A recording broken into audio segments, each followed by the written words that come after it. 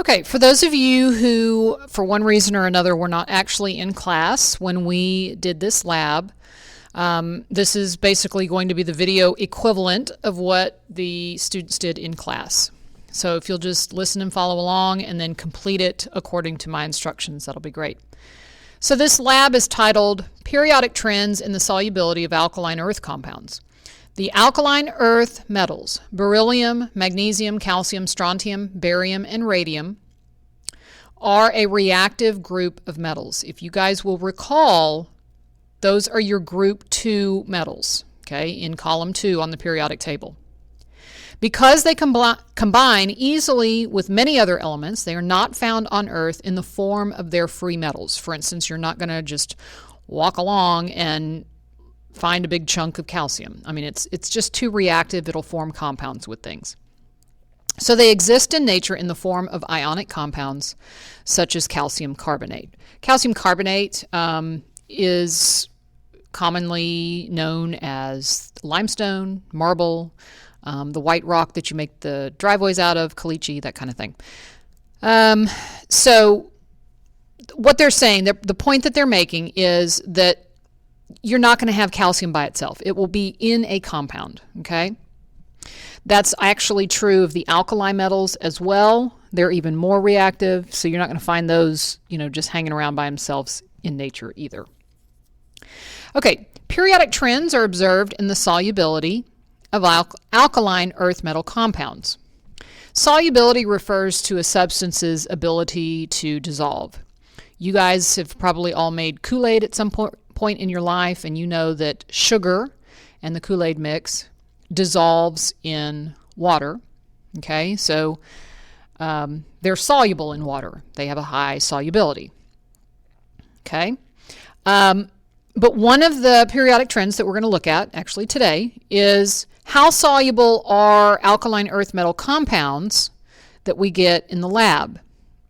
And let me remind you that periodic trends are things that we can see that change in a predictable way as either you go down the column of a periodic table or across a row on the periodic table. Let me remind you about some other periodic trends that you've seen. When we watched the periodic videos, we watched them react a chunk of lithium, a chunk of sodium, chunk of potassium, chunk of rubidium with water. And we noticed a periodic trend. As you went down column 1, the elements got more and more reactive. You also saw some periodic trends when we did the periodic properties lab. For instance, you measured the density of silicon, tin, and lead, which are all in column 14. And then you made a guess on the density of germanium based on the other things that you measured, because there was a periodic trend. The density increased as the atomic number increased. So as you went down the column, density increased. That's another periodic trend. We also drew some bar graphs in that same lab, and you noticed, for instance, that there was a periodic trend as you went down group 1, lithium, sodium, potassium, rubidium, cesium, francium, that as you went down group 1, the melting points decreased. Okay, so those are predictable patterns that you can see either down a column on the periodic table or across a row. So that's just a reminder as to what we're talking about when we say periodic trends. Okay? All right, so back to the second paragraph. Periodic trends are observed in the solubility of alkaline earth metal compounds. Alkaline earth metals that form compounds with halogens, such as chlorine, are all water soluble. Okay, so these compounds, alkaline earth metal compounds that have formed with a halogen, so chlorine's a halogen, what they're saying is these are all water soluble. They will dissolve in water. Okay, however, alkaline earth metal compounds with other anions do not always dissolve in water. So if it's the alkaline earth metals like magnesium, calcium, or whatever, when they're bonded to some other things that aren't halogens, they're not always water soluble. And how soluble they are is a periodic trend that we're going to see. So this experiment will explore The periodic trend in solubility of the alkaline earth metal compounds formed during several chemical reactions. What is solubility? That is for you to define. You're welcome to Google it or look in a dictionary. Okay. Number 2, what do all of the alkaline earth metal reactants have in common, and why do they have the same thing in common? Okay, the alkaline earth metal reactants, let me show you what I'm talking about. So when they're asking about the alkaline earth metal reactants, they're referring to these 4 reactants down here. Okay? After you do the experiment, you'll be able to answer number 3, answer number 4, and answer number 5. Number 5, you're basically stating a relationship.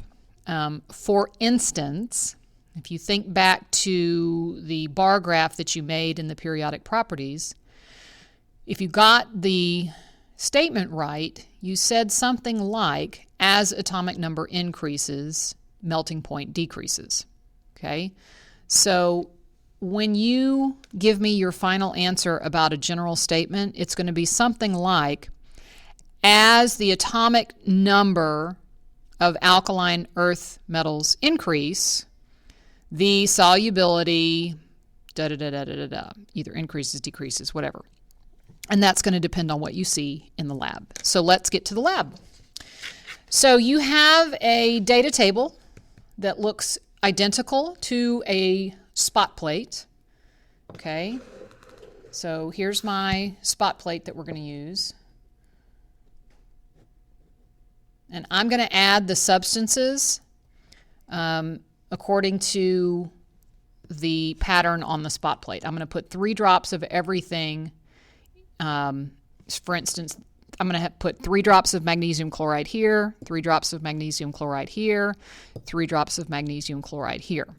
Calcium chloride, 3 drops, 3 drops, 3 drops. Strontium chloride, 3 drops, 3 drops, 3 drops. Barium chloride, 3 drops, 3 drops, 3 drops. So I'm going to pause and I'm going to do that real quick, and then we will add the substances that they're going to react with.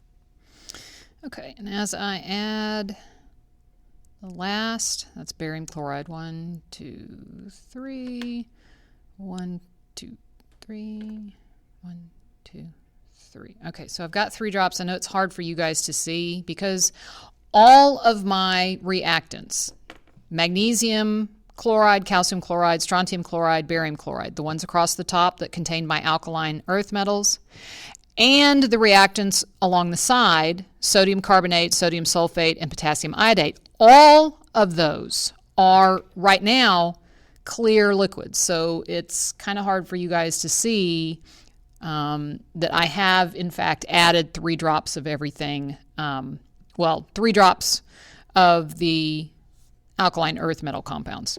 Okay, so I'm about to do the next little part. Let's see if I can get this adjusted.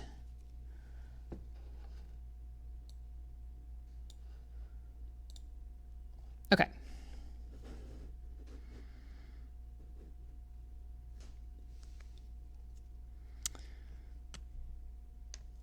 So now I'm going to add sodium carbonate, 3 drops apiece.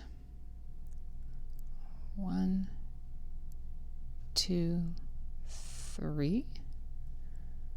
1, 2, 3.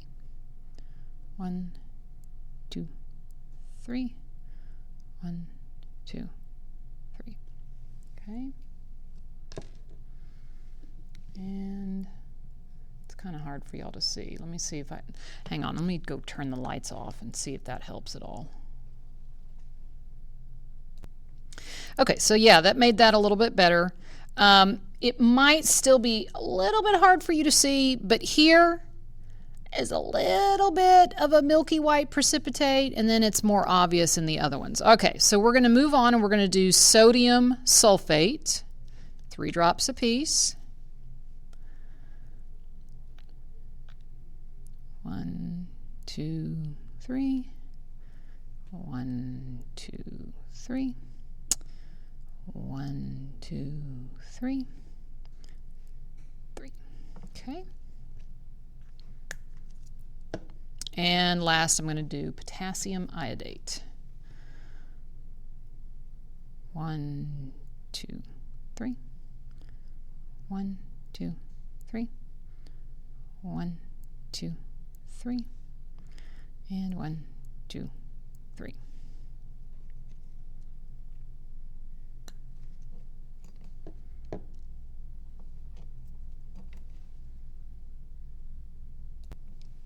Okay, so here's what I want you to do. You're going to take your observations and you're going to put a 0, a 1, a 2, or a 3 in the little circles on your data table.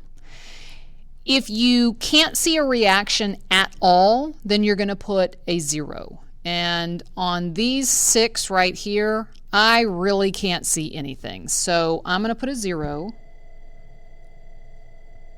And that's, don't worry about the bell. Okay, and then I'm going to look at the rest of them. This one, I get just a little bit of a reaction, so I'm going to put a 1. Here, I'm going to call these probably 2s. Okay. This one and this one, I am going to go with a 2, and this one's definitely a 3. Okay.